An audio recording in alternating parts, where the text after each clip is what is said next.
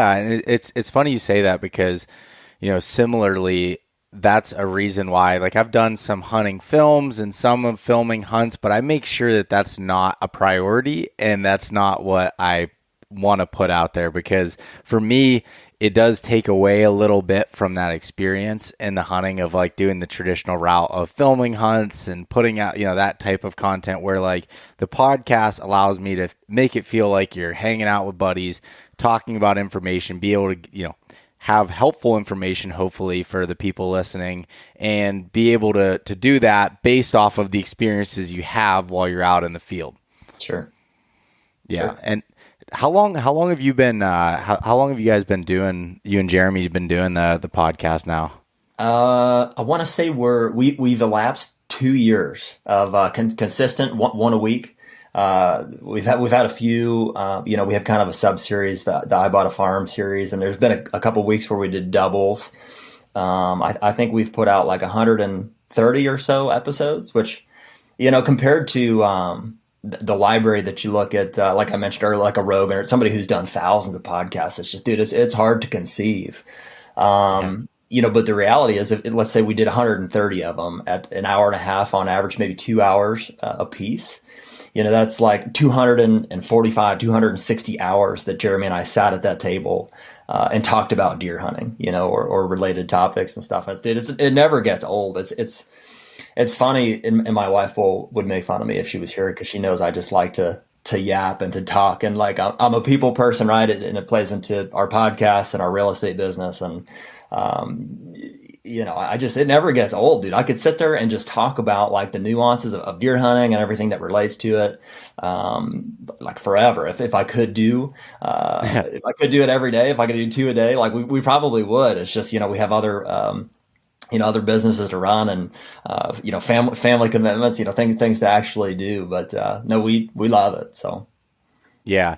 And I've also liked the different approach that you have, like with your podcast is very distinguishable from the standpoint of like, you're not afraid to kind of tackle whatever topics. Like, I feel like a lot of podcasts steer away from controversial things or things that are, kind of like, should we talk about that or not? And you guys are just kind of like an open book as far as like just talking about all those things, giving your opinion, whether people agree with them or not. I think where the value comes is like you're being honest and giving that transparency and that to be able to talk about some of those hard things. And in my opinion, that was what makes it entertaining and great, like to be able to have it and have an actual impact.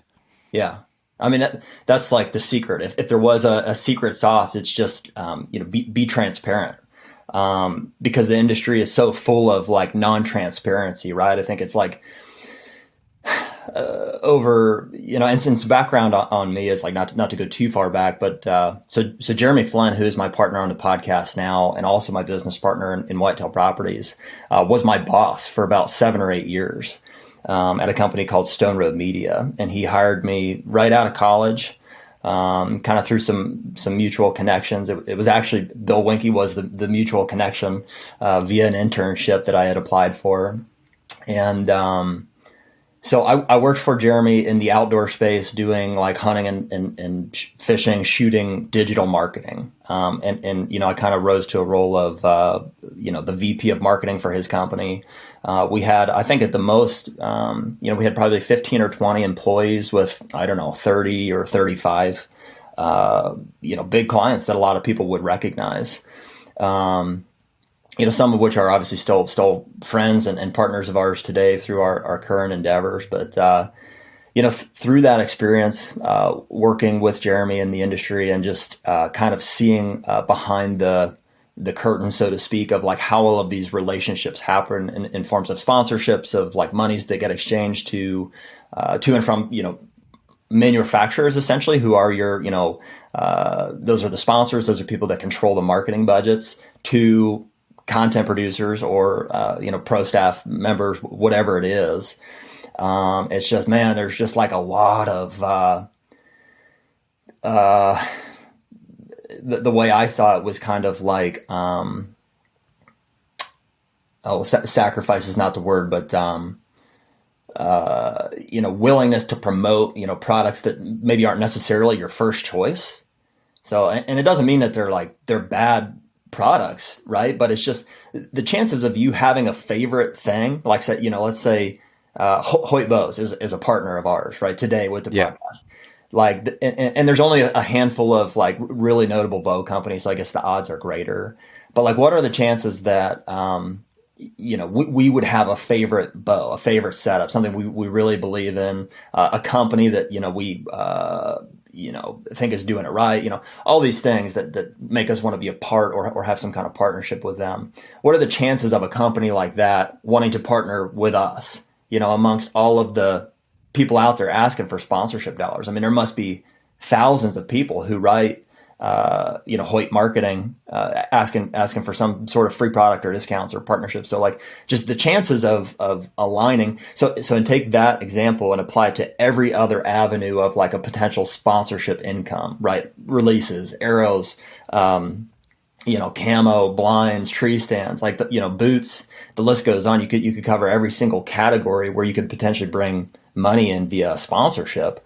And think about the chances of those top tier companies, like the ones that you really believe in and maybe you're using their products already, the chance that they would want to also partner with you and you would strike a successful partnership.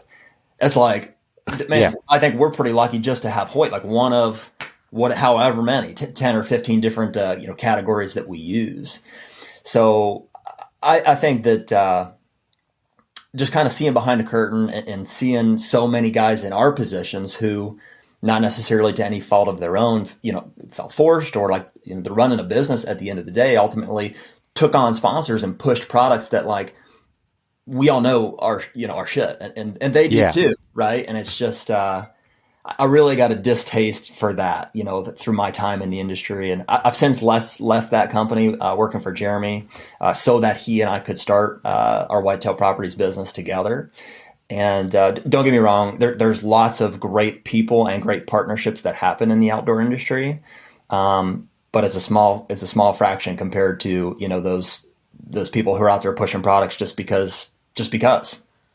Yeah, it's funny, and I don't think I've talked about it on here at all before, but like it's been something that from the very beginning, I like good gear, and I like gear that I know is going to work. And like I've made it a point, even when now that I do this as a full-time living, of making sure that like my priorities come first before the money side of it. And that's hard. Like don't get me wrong. Like that's extremely, extremely hard. For example, this is what I was going to give an example of. I think it was like 2 years ago. I had been reached out to by Mountain Dew and about doing a partnership, and they were like, they wanted like 2 social media posts and some other things, and they're like, what would your rate be for that? And they asked me, and I was like kind of joking about it, and I just sent them back like an extremely, extremely high number, and they accepted it. And I was like, whoa. And at that point I was like, obviously I wasn't going to take it because it was something that I believe in, like fitness and healthy living, like definitely not the right fit. But I was like, and then I saw a lot of other people take that, like that route. So for 2 social media posts, I believe it was like, I don't know if I'm allowed to say it, but I'll say it anyways.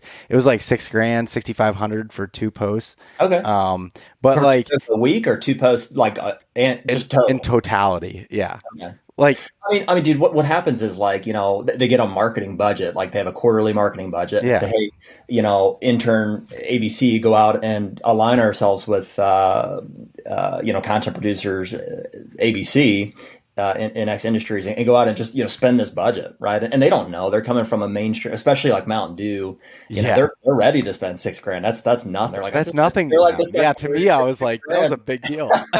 There's a podcast out there somewhere where Mountain Dew's into social media in terms like, this idiot was going to do it for $6,000. I know. And that's, but it was just like, and especially at that time, like my platforms were smaller and everything. And it was like, okay, that's a lot of money. Yeah. And like, I was like trying to make the transition, and I had to have that thought with myself of like, okay, like this is one of those hard things that are going to come up where you could take easy money, but what you lose is that that trust in the people that are listening to you when you talk about gear and do whatever. And for me, I've been very, very lucky that I've been able to work with the companies that I want to work with. And there's been some that have dropped off because they wanted me to use a certain product in their line. I liked their other products, but they wanted this one, and I said no, and it ended up resolving the partnership, and that's okay. That's what it is. I'm not going to lie and say like I want to use this product because I think it's the best thing in the world, when it's really, in my opinion, it at least doesn't work for me, or I don't want it to work for me, and that's just the nature